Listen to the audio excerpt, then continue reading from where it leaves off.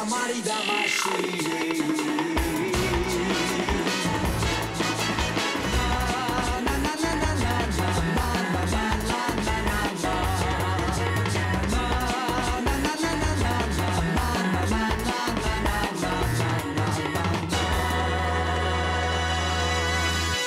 When casting our eyes towards the best game ever, it's certainly appropriate that we look at Katamari Damacy, the underground smash hit from Japan, the land of the rising sun that took the US by storm.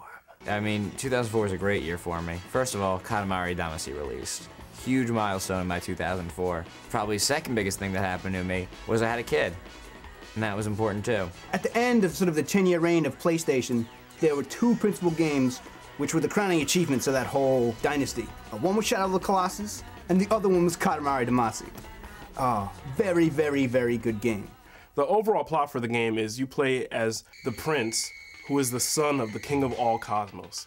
The king of all cosmos is a hard-drinking partier of a ruler, and one night after a particularly epic bender, he destroys all the stars in the universe. And you as a prince, trying to win your father's approval, have to take a little ball called a Katamari and roll up stuff. And the more objects you roll up, the bigger your ball becomes, and the bigger your ball becomes, the bigger objects you can collect. When it reaches a certain mass, you give it to your father, the king, who throws it up in the sky, and it becomes a star. You're sort of like a dung beetle, and dung beetles, as you know, roll giant balls of poo. And they roll around these giant balls of poo, making them bigger as they keep rolling, and that's basically the idea of the game. But you start off in Katamari, and you're 2 centimeters high, and you've got your little ball, and you can roll up all these things: paper clips, scotch tape dispensers, small house pets, mice, crackers. And then after that, you can roll things up like a refrigerator, or maybe a rice cooker, and then the ball just gets bigger and bigger. Yeah, I mean, you start rolling houses, cars, lampposts.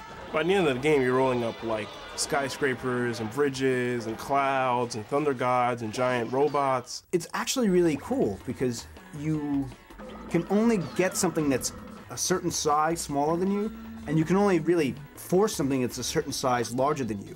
And it's really a game of pacing. There are no enemies in the game, it's just a question of getting the flow right, which is what makes the game so interesting to play. The cool thing about Katamari Damacy was that once your Katamari got big enough, you could roll up other living creatures, so they'd be making their sounds, so cats would be, "Meow!" and then people would be, "Ah!" kind of screaming. It was really, really funny. When a person gets rolled up into your ball, obviously they are crushed to death in a horrible, agonizing way, screaming and flailing their limbs as it happens. If you think about it, it's really a very up kind of game. There's a lot of people in this world. A lot more than you think, so a few people dying for the sake of the universe isn't that big a deal with me. I don't take offense. Actually, kind of interestingly, it's like the cutest little Godzilla game ever. Because really, you know, you're a space force that's destroying a Japanese city.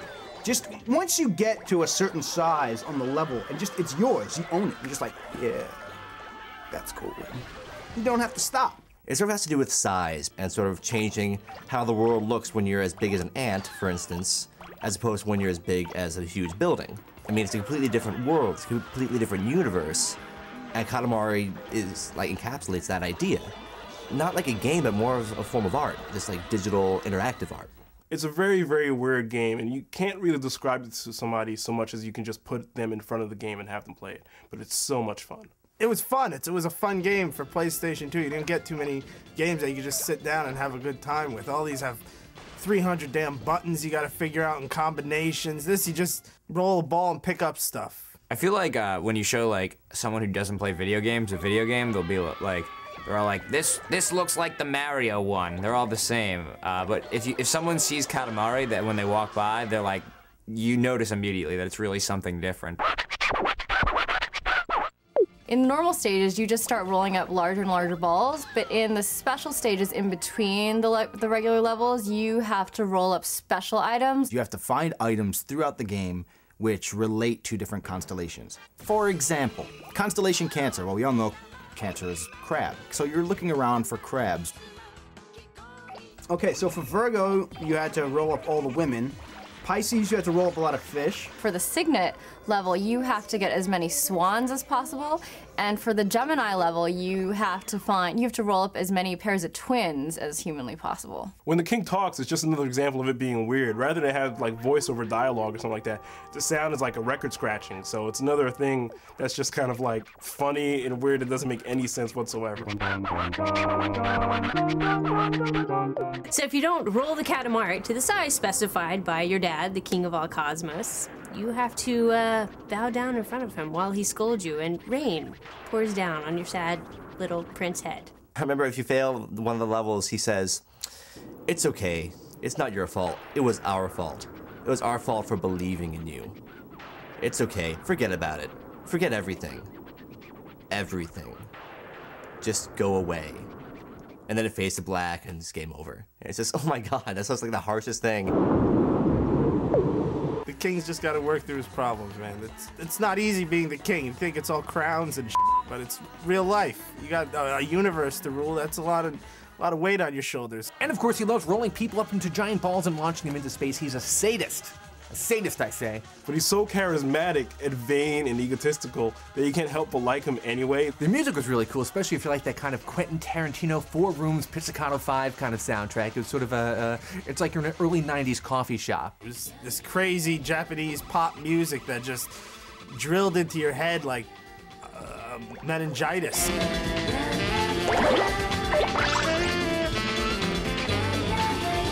But it's perfectly suited to the game because it's odd. You've never heard anything like this before.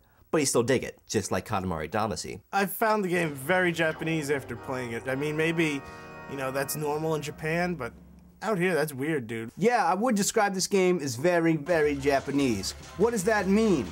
It means that they do not waste time trying to have a sensible plot. And it's really interesting because there's no suspension of disbelief. So you can't really break the suspension of disbelief because you're rolling stuff up into a giant ball. Sticky with the whole bizarro Japanese vibe of the game. There's this really kooky kind of side story going on. With this family, it looks like they just came out of Legoland. The dad happens to be an astronaut, and he's supposed to go to the moon. So, takes off, but funny thing happened, there's no more moon. The king kind of messed that one up for him. So then you have to fix the problem by rolling up enough stuff to create the moon. When you create the moon and you beat the last level, the little girl in the Hoshino family says, "I can feel it. I can feel the cosmos." I feel the cosmos. It's kind of funny, but it's also profound. So Katamari Damacy, you spend all your time making stars. So the sequel to Katamari Damacy, We Heart Katamari, you spend all your time making planets instead. And it was pretty much the same game. Some of the differences were that you could roll things other than a Katamari, so you could roll like a sumo wrestler. It's a little kid who wants to be a sumo wrestler. So you roll this little kid around like a Katamari, and when you roll over other objects, the objects stick in his fat. So he takes this fat little kid and puts him up into the atmosphere, into outer space, where he implodes and dies and becomes a new planet. And then there was a sequel for the PSP called Me and My Katamari, and the prince this time was actually helping animals whose homes had been lost, building them new homes. So you'd be helping birds and ants. And in the PSP version, if you fail, you're dangled like by your father with a rope as you're punched and brutally beaten for your failure to be a good son. Those crazy Japanese.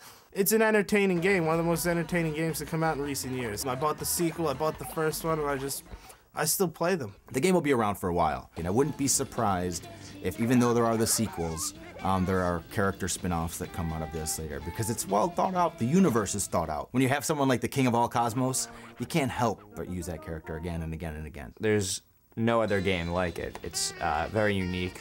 And if you're into weird Japanese there you go.